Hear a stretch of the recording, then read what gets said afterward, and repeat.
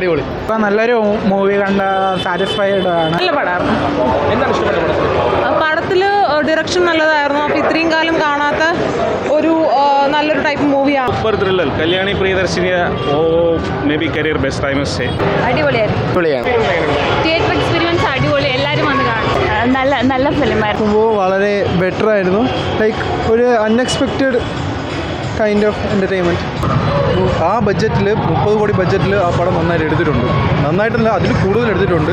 Cameos ആണെങ്കിലും ആ പടം എനിക്ക് തോന്നുന്നു 2025 ഇങ്ങനത്തെ ഒരു പടം വേറെ ഇല്ല. ഒത്തിരി ഇഷ്ടപ്പെട്ടു. എന്തെങ്കിലും പറഞ്ഞത് മലയാളത്തിൽ ഇങ്ങനെ ഒരു പടം പ്രതീക്ഷിക്കും? അയ്യോ, ഒരിക്കലും ഇല്ല. അടിപൊളി അല്ലായിരുന്നു. ഞാൻ വെയിറ്റിംഗ് ആയിരുന്നു ഈ മൂവിക്ക് വേണ്ടിയിട്ട്.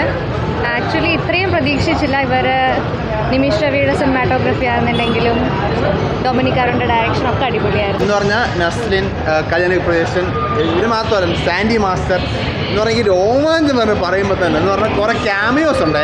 ക്യാമിയോസ് ഒന്നും ഞാൻ പറയുന്നില്ല, സ്പോയിലർ ഒന്നും പറയുന്നില്ല. ഉറപ്പായിട്ടും കാണണം.